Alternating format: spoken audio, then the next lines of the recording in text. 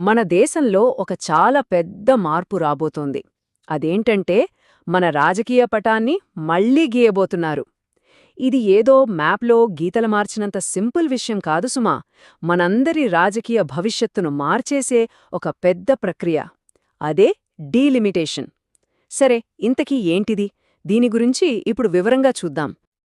ఈ ఒక్క మాటలోనే మొత్తం విషయం ఉందండి. ఆలోచించండి. దేశ జనాభా ఏమో రోజురోజుకి మారిపోతూ ఉంటోంది. మరలాంటప్పుడు మన రాజకీయ ప్రాతినిధ్యం అంటే మనల్ని రిప్రజెంట్ చేసే ఆ గీతలు మాత్రం పాతకాలంలాగే ఉండిపోవాలా? ఉండకూడదు కదా. ఈ ప్రశ్నలోనే డీలిమిటేషన్ ఎందుకు అవసరమో మనకర్థమైపోతుంది.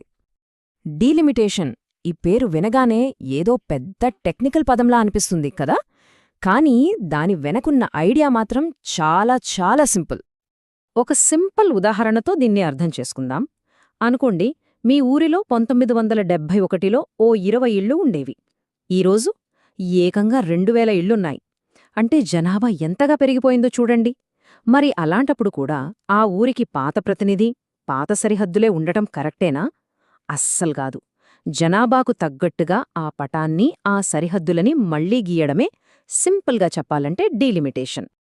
అవును, ఇది కరెక్ట్ పాయింట్. ఇది పూర్తిగా న్యాయానికి సంబంధించిన ప్రశ్న. కొద్ది జనాభా ఉన్న చోట ఒక ఎంపీ, లక్షల మంది జనాభా ఉన్న ఇంకో చోట కూడా ఒకే ఎంపీ. ఇది ఎలా న్యాయమవుతుంది? అసలు ఓటు విలువలో సమానత్వం ఎక్కడుంది?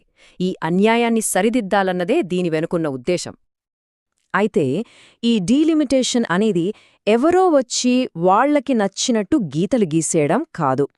దీనికి మన రాజ్యాంగంలోనే ఒక బలమైన ఆధారముంది. అదే ఆర్టికల్ 82. ఈ ఆర్టికల్ ప్రకారమే అంతా జరగాలి. ఈ ఆర్టికల్ 82 ఏం చెప్తుందంటే, ఈ మొత్తం ప్రాసెస్ చాలా పద్ధతిగా, ఒక క్రమంగా జరగాలని. ఫస్ట్ దేశవ్యాప్తంగా జనాభా లెక్కలు పూర్తవ్వాలి. ఆ తర్వాత పార్లమెంట్ ఒక డీలిమిటేషన్ చట్టాన్ని పాస్ చేస్తుంది. దాని ఆధారంగా ఒక స్వతంత్ర డీలిమిటేషన్ కమిషన్ను ఏర్పాటు చేస్తారు. ఆ కమిషనే నియోజకవర్గాల సరిహద్దులను మళ్లీ గీస్తుంది. ఫైనల్గా ఏ రాష్ట్రానికి ఎన్ని సీట్లు అనేది ఖరారవుతుంది. చూడండి, ఇది మన ప్రజాస్వామ్యాన్ని ఎప్పటికప్పుడు ఫ్రెష్గా, సజీవంగా ఉంచే ఒక చాలా ముఖ్యమైన ప్రక్రియ అన్నమాట. ఈ నంబర్లు చూస్తే మనకు అసలు సమస్య ఏంటో క్లియర్గా అర్థమవుతోంది. ఒకచోట కేవలం 20,000 మందికి ఒక ఎంపీ, ఇంకోచోట ఏకంగా 2 లక్షల మందికి కూడా ఒకే ఎంపీ. అంటే రెండో నియోజకవర్గంలో ఉన్న ఒక్కో ఓటు విలువ మొదటిదాంతో పోలిస్తే చాలా తక్కువ కదా. ఇది ప్రజాస్వామ్య స్ఫూర్తికే విరుద్ధం.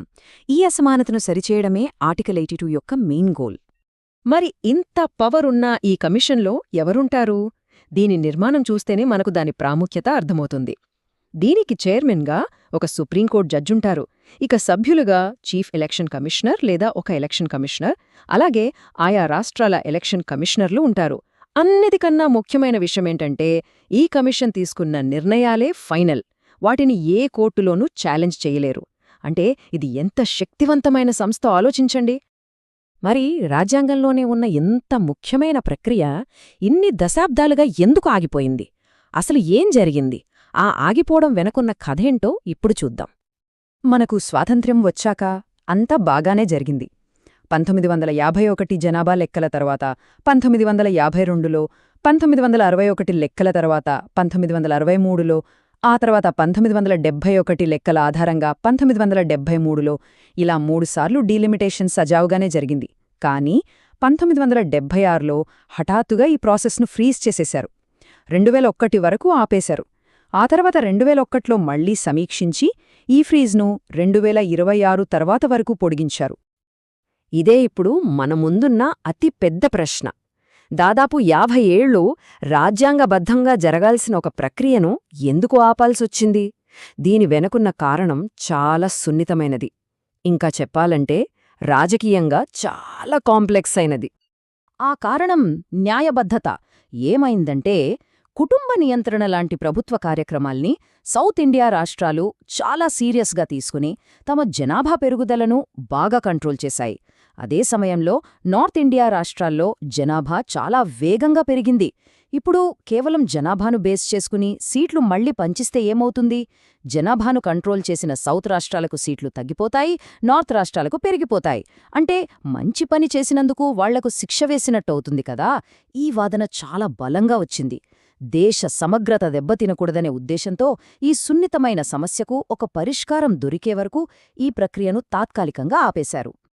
సరే, గతం గతః. ఇప్పుడు భవిష్యత్తు గురించి మాట్లాడాలి. 2026 తరువాత ఈ ఫ్రీజ్ ముగియబోతోంది. అప్పుడు మన భారతదేశ రాజకీయ పటం ఎలా మారబోతోంది? దాని ప్రభావం మన మీద, మన జీవితాల మీద ఎలా ఉండబోతోంది? ఇది కేవలం ఢిల్లీలో జరిగే రాజకీయ విషయం కాదు, ప్రతి ఒక్కరి జీవితం మీద దీని ఎఫెక్ట్ ఉంటుంది. ఎలాగంటే, మనం ఓటు వేసే నియోజకవర్గం సరిహద్దులు మారిపోవచ్చు. మన ఊరు, మన వీధి ఇప్పటిదాకా ఒక నియోజకవర్గంలో ఉంటే రేపింకో దాంట్లోకెళ్ళిపోవచ్చు. అంటే మనకు కొత్త ఎంపీ రావచ్చు, జనాభా బాగా పెరిగిన ప్రాంతాలకు కొత్తగా ఎంపీ సీట్లు కూడా రావచ్చు. మొత్తం మీద మన రాజకీయ మ్యాప్ కంప్లీట్గా కొత్తగా కనిపించబోతోంది. అయితే ఈ డీలిమిటేషన్ ప్రక్రియలో ఎలాంటి అక్రమాలు, తప్పులు జరగకుండా ప్రభుత్వం చాలా స్ట్రిక్ట్ చర్యలు తీసుకుంటోంది. పాత ఐపీసీ స్థానంలో వచ్చిన కొత్త భారతీయ న్యాయ సంహిత అంటే బిఎన్ఎస్లో శిక్షలను చాలా కఠినం చేసేశారు. ఉదాహరణకు, ఓటర్ల లిస్టులో మార్పులు చేయడం దగ్గర నుంచి ఓట్ల కోసం వేరే ప్రాంతం నుంచి జనాల్ని తీసుకొచ్చి పెట్టడం వరకు ప్రతి నేరానికి ఇప్పుడు చాలా సీరియస్ శిక్షలుంటాయి. మరి ఇంత పెద్ద ప్రాసెస్లో మన పాత్ర ఏంటి? మనం కేవలం సైలెంట్గా చూస్తూ ఉండిపోవాలా? అస్సలు కాదు. ప్రజాస్వామ్యంలో పౌరులదే అసలైన శక్తి. ఆ శక్తిని మనం ఎలా ఉపయోగించుకోవాలో ఇప్పుడు తెలుసుకుందాం. డీలిమిటేషన్ కమిషన్ వాళ్ళు ఒక డ్రాఫ్ట్ మ్యాప్ రిలీజ్ చేస్తారు. దాని చూసి దానిపై మన అభిప్రాయాన్ని, అభ్యంతరాలను చెప్పే హక్కు మనకు ఉంది. పబ్లిక్ హియరింగ్స్ పెడతారు. అక్కడికి వెళ్లి మన వాదన వినిపించవచ్చు. మన ప్రాంతానికి అన్యాయం జరుగుతోందనిపిస్తే ఎన్నికల కమిషన్కు నేరుగా ఫిర్యాదు చెయ్యవచ్చు. ఓటర్ల లిస్టులో తప్పులుంటే సరిదిద్దమని అడగవచ్చు. ఇవన్నీ మన హక్కులు, మన బాధ్యతలు కూడా. హక్కులున్నట్టే కొన్ని బాధ్యతలు కూడా ఉన్నాయి.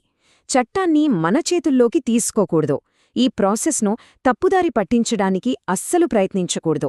నకిలీ జనాభా రికార్డులు సృష్టించటం, రాజకీయ లాభం కోసం అక్రమ వలసదారులను తీసుకురావడం, ఓటర్ లిస్టులను మార్చేయడం ఇలాంటివి చేస్తే పర్యవసానాలు చాలా తీవ్రంగా ఉంటాయి.